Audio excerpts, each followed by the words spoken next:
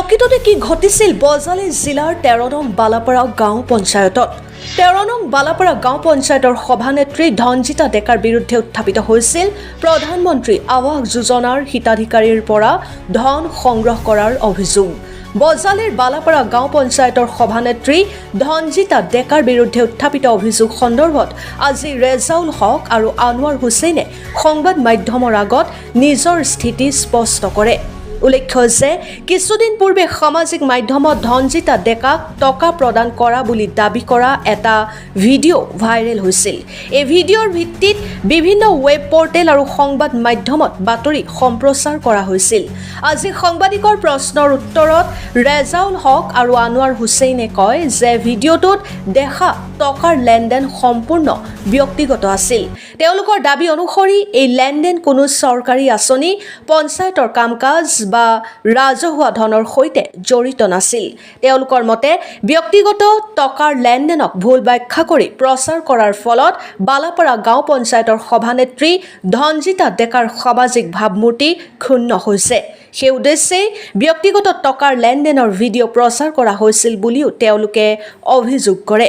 সেয়েহে বিষয়টোৰ ওপৰত নিজৰ স্থিতি স্পষ্ট কৰাৰ উদ্দেশ্যে তেওঁলোকে সংবাদ মাধ্যমৰ আগত এই স্পষ্টীকৰণ আগবঢ়ায়।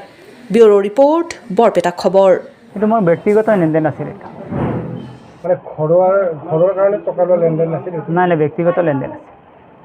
কিন্তু তুমি ব্যক্তিগত পইচা দিব লগা আছিলা?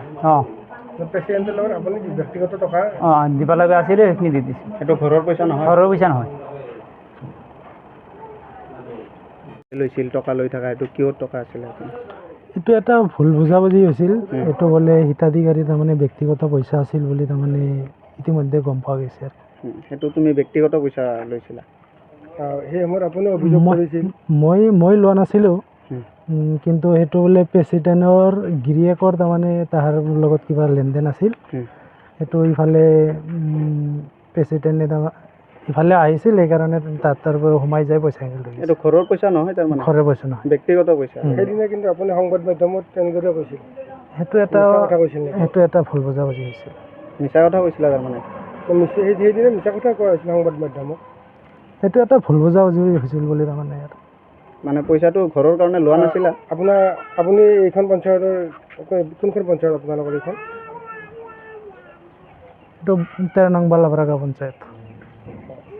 পইচাখিনি ব্যক্তিগত? আপোনাৰ নামটো? হ'ব নহয়, আপোনাৰ নামটো?